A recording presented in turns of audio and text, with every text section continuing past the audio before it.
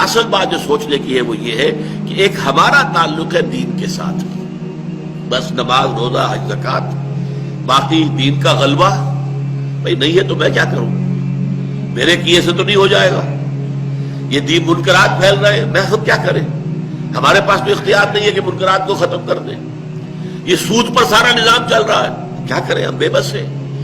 لیکن ایک یہ ہے کہ اس بے بسی کا نتیجہ یہ نکلے کہ اپنی ساری محنت اب دنیا کمانے میں صرف ہو رہی ہے، اب دن رات جو ہے محنت ہے دنیا کمانے میں، یہ در حقیقت بالکل غلط نتیجہ ہے۔ آپ نظام باطل کے تحت اگر پھلنے پھولنے پنپنے اور پھیلنے کی کوشش کرتے ہیں تو گویا کہ آپ نے ذہناً اس نظام باطل کو قبول کر لیا ہے، اور آپ مجرم ہیں، پھر اس کو قبول کرنے ایبیٹرز ہیں، آپ ایبٹمنٹ کر رہے ہیں اس نظام کی۔ ہاں اگر یہ ہے کہ آپ نے دیکھا ہماری مجبوری ہے، مجبوری کی وجہ سے حسرت دل میں پیدا ہو جائے، یہ حسرت جو ہے پھر آگے بڑھے گی، کچھ تو کرو۔ کل ہی میں ایک جگہ پر پرسوں میں نے فیض کے یہ اشعار سنائے تھے، وہ بڑے اس وقت مجھے یاد آئے ہیں۔ دشنام نالا ہاؤ ہو فریاد کچھ تو ہو، چیخے ہے درد ہے دلے برباد کچھ تو ہو۔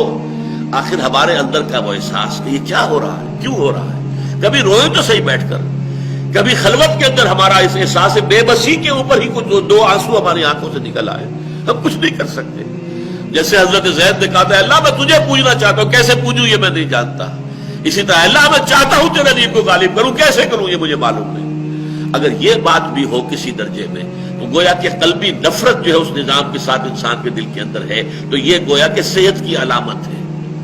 گویا کہ ابھی وہ انسان اندر کا انسان مرا نہیں ہے، فطرت ابھی مسخ نہیں ہوئی ہے۔ اب اس سے آگے قدم بڑھائے گا تو پھر کم سے کم زبان کھولے گا، بدی کے خلاف، برائی کے خلاف، نیکی کی تلقین کرے گا، بھلائی کی دعوت دے گا،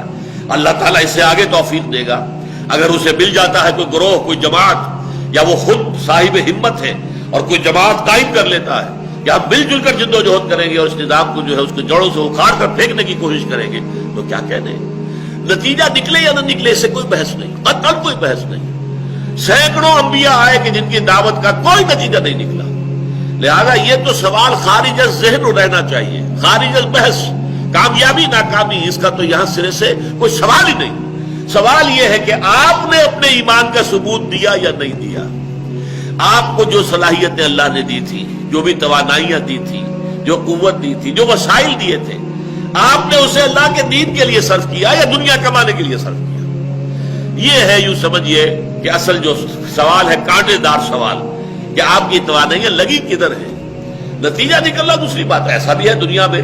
بے شمار لوگ ہیں کہ جو صبح سے لے کر رات تک اور رات سے لے کے صبح تک ساری صلاحیتیں جو ہے دنیا کے لیے کھپاتے، دنیا پھر بھی نہیں ملتی، ضروری نہیں کہ مل جائے، یہ بھی ہو سکتا ہے اللہ دے دے تو دے دے، جیسے کہ فرمایا وَمَنْ عَاجِلَةَ عَجَّلْنَا لَهُ فِيهَا مَا نَشَاءُ لِمَن نُرِيدُ، جو کوئی عاجلہ کا طلبگار بنتا ہے ہم دے دیتے ہیں اسے جس کو چاہتے ہیں، جتنا چاہتے ہیں دے دیتے ہیں دنیا کے اندر۔ لیکن ایسا بھی ہوتا ہے کہ ساری عمر دنیا ہی کے پیچھے بھاگتے رہے، دوڑتے رہے، اور حلال اور حرام کی کوئی تمیز بھی نہیں کی، لیکن دنیا ہاتھ نہیں آئی، یہ بھی ہوتا ہے، اور یہ بھی ہوتا ہے کہ دنیا ہاتھ آ جاتی۔ لیکن سوال اصل میں یہ ہے، اگر تم نے اللہ کو پہچانا ہے، اللہ کو مانا ہے، اللہ پر تمہارے ایمان کا دعویٰ ہے، تو اللہ کے دین کے ساتھ اتنی کم سے کم غیرت اور حمیت تو ہونی چاہیے کہ حسرت ہو، دل میں رنج ہو۔ اگر یہ احساس بھی ختم ہو گیا، وہ آئے ناکامی بتائے کارواں جاتا رہا، کارواں کے دل سے احساس زیاں جاتا رہا، یہ بھی ختم ہو گیا، تو اس کا تو مطلب یہ کہ سرے سے دل کے اندر ایمان رائی کے دانے کے برابر بھی نہیں ہے۔ ہاں اگر یہ احساس زیاں ہوگا تو یہ کہیں کبھی نہ کبھی یہ بیج پھوٹے گا،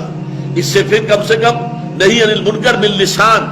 دعوت الی المعروف باللسان، دعوت الی الخیر باللسان، اس کا آغاز تو ہو جائے گا، اور اس سے آگے اللہ تعالیٰ ہمت دے، کوئی گروہ بن جائے، کوئی جماعت بن جائے، کوئی حزب اللہ وجود میں آ جائے، یا آپ اس کو خود قائم کریں، ہو سکتا ہے کہ پھر بالید مقابلے کے لیے بھی میدان میں آنا ہو، اور پھر یہ کہ اپنی جانوں کا نذرانہ بھی پیش کرنا پڑے۔ لیکن یہ راستہ ہے کہ جو ناگزیر ہے ان لوگوں کے لیے جن کے ایمان کی یہاں بات ہو رہی ہے۔ میں نے عرض کیا تھا، اسی لیے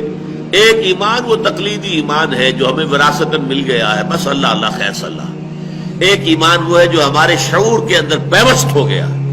اور جس کی جڑیں ہمارے قلب کی گہرائیوں میں اتر گئی۔ یہ دو جو شکلیں اگر پیدا ہو جائیں، یعنی دل اور دماغ دونوں کی ہم آہنگی کے ساتھ ایمان جب پیدا ہو جائے گا تو پھر یہ کیفیت ہوگی فالذین ہاجروا واخرجوا من دیارہم واوذوا فی سبیلی وقاتلوا وقتلوا.